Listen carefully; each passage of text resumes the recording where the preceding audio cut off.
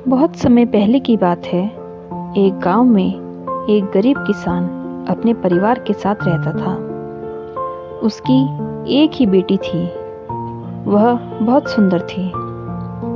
गरीब किसान ने गांव के जमींदार से कर्ज लिया हुआ था, किंतु गरीबी के कारण वह कर्ज वापस नहीं कर पा रहा था।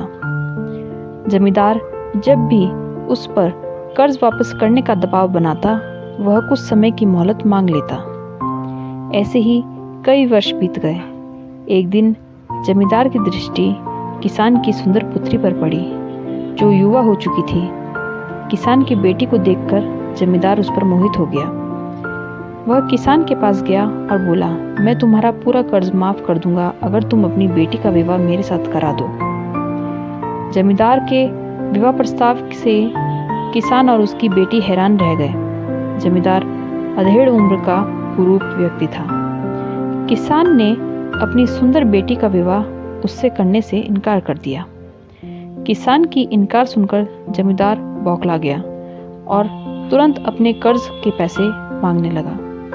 किसान के पास पैसे नहीं थे। उसने मोहलत मांगी, लेकिन जमींदार ने मना कर दिया और उसे जेल पहुंचाने की धमकी देने लगा। अंत में दोनों का मसला गांव की पंचायत पहुंचा। पूरा मामला सुनने के बाद पंच बोले, ये मामला तो उलझा हुआ है। किसान तो कई वर्षों से कर्ज नहीं चुका पा रहा है और उसकी स्थिति को देखते हुए लगता नहीं कि वह यह कर्ज चुका पाएगा।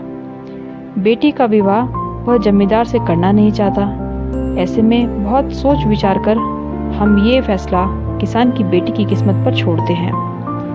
पंच आगे बोले, यहाँ जमीन पर काले और सफेद कंकड़ पड़े हुए हैं। जमींदार इन कंकड़ों में से 2 कंकड़ उठाकर 2 थैलों में रखेगा। किसान की बेटी को बिना देखे उन थैलों में से कंकड़ निकालना होगा। यदि वह काला कंकड़ निकालती है तो उसे जमींदार से शादी करनी पड़ेगी और किसान का कर्ज माफ कर दिया जाएगा। यदि वह सफेद कंकड़ निकालती है तो उसे जमींदार से शादी नहीं करनी पड़ेगी और किसान का कर्ज भी माफ कर दिया जाएगा।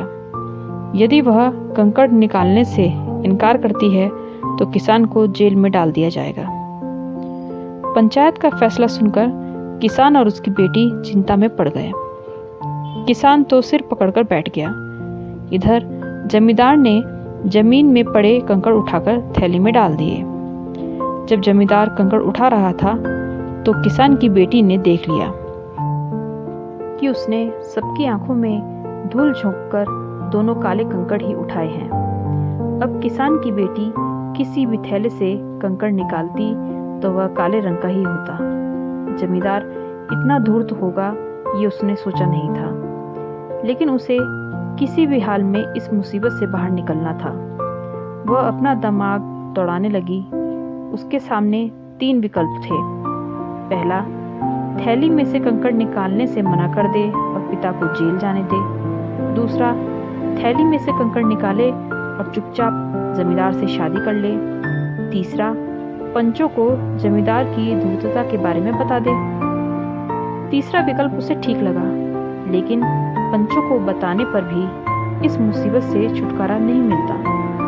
पंच जमींदार से कंकड़ बदलवा लेते और अंत में निर्णय उसकी किस्मत पर भी निर्भर करता। वह ऐसा उपाय सोचने लगी जिससे उसे पंचों को कुछ कहना भी ना पड़े और वह जमींदार से शादी करने से भी बच जाए। एक उपाय उसके दिमाग में आ ही गया। वह आगे बढ़ी और जमींदार की थैली में से एक कंकड़ निकाला, लेकिन उसे देखे बिना ही जमीन में गिरा दिया। जमीन में गिरकर वह कंकड़ अन्य कंकड़ों में जा मिला। हाय, ये क्या हो गया? कंकड़ का रंग तो मैं देख ही नहीं पाई और वह मेरे हाथों से नीचे गिर गया। अब मैं क्या करूं? किसान की बेटी पंचों को देखकर जानबूझकर परेशान होने का नाटक करने लगी। यह सुनकर पंच बोला, कोई बात नहीं, तुमने जो कंकड़ निकाला था अब उसे पहचानना संभव नहीं है। ऐसा करो, जमींदार के दूसरे थैले में कंकड़ निकाल लो।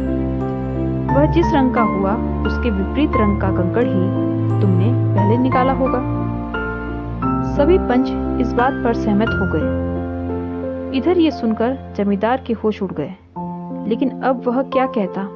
पासा पलट चुका था, वह चुप ही रहा। किसान की बेटी ने जब थैले में से कंकड़ निकाला तो वह काले रंग का था। सबने मान लिया कि पहले उसने सफेद कंकड़ निकाला था। इस तरह जमींदार से शादी करने से वह लड़की बच गई और उसके पिता का कर्ज भी माफ हो गया। इस कहानी से हमें शिक्षा मिलती है, मुसीबत के समय समझदारी से काम लेना चाहिए। जब भी मुसीबत आ पड़े तो बिना हौसला खोए शांत दिमाग से विचार करो, कोई ना कोई हल अवश्य निकलेगा। आपको ये कहानी कैसी लगी प्लीज़ कमेंट बॉक्स में ज़रूर बताएं और वीडियो को लाइक करें और प्लीज़ चैनल को सब्सक्राइब करें। Thank you.